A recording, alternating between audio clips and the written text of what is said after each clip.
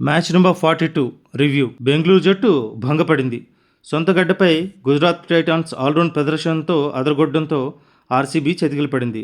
దుర్భేద్యమైన batting lineup ఉన్న RCB 19.2 ఓవర్లకే 155 runs వేసి కుప్పకూలింది.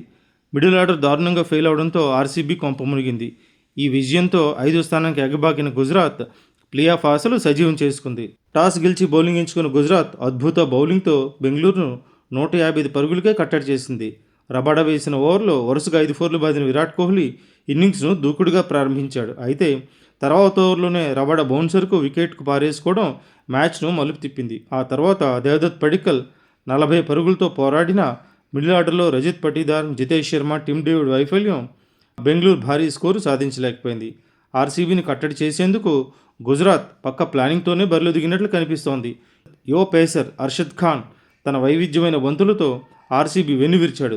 రషీద్ ఖాన్ తన 4 ఓవర్లలో కేవలం 19 పరుగులిచ్చి 2 కీలక వికెట్లు తీసి ప్రత్యర్థిని ఉక్కిరిబిక్కిరి చేశాడు. పవర్ ప్లే తర్వాత ఆర్సీబీ బ్యాటర్లు ఒత్తిడికి లోనై అనవసర షాట్లకు ప్రయత్నించి వికెట్లు సమర్పించుకున్నారు. గుజరాత్ బౌలర్లు క్రమం తప్పకుండా వికెట్లు తీస్తూ బ్యాటర్ల మధ్య భాగస్వామ్యాలు నెలకొనకుండా అడ్డుకోవడంతో 100% విజయవంతమయ్యారు. ఇక 156 పరుగుల స్వల్ప లక్ష్యంతో బరిలో దిగిన గుజరాత్ను అడ్డుకోవడంలో బెంగళూరు బౌలర్లు పూర్తిగా తేలిపోయారు. ప్రారంభంలోనే వికెట్లు తీస్తేనే మ్యాచ్లో పట్టు చిక్కేది. కానీ బట్లర్, శుభ్మన్ గిల్ దూకుడుగా ఆడి పరుగులు రాబట్టారు. భువనేశ్వర్ కుమార్ మినహా మిగతా బౌలర్లు సరైన లెంత్లో బౌలింగ్ చేయలేకపోవడం, ముఖ్యంగా హ్యాజిల్వుడ్ ధారాళంగా పరుగులు ఇవ్వడం బెంగళూరు కొంప ముంచింది. పిచ్ నెమ్మదించిన గుజరాత్ బ్యాటర్ల దూకుడును అడ్డుకునే సరైన వైవిధ్యం ఆర్సీబీ బౌలింగ్లో కనిపించలేదు.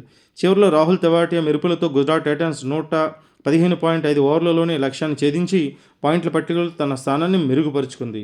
ప్రస్తుతం 5వ స్థానానికి చేరుకుంది.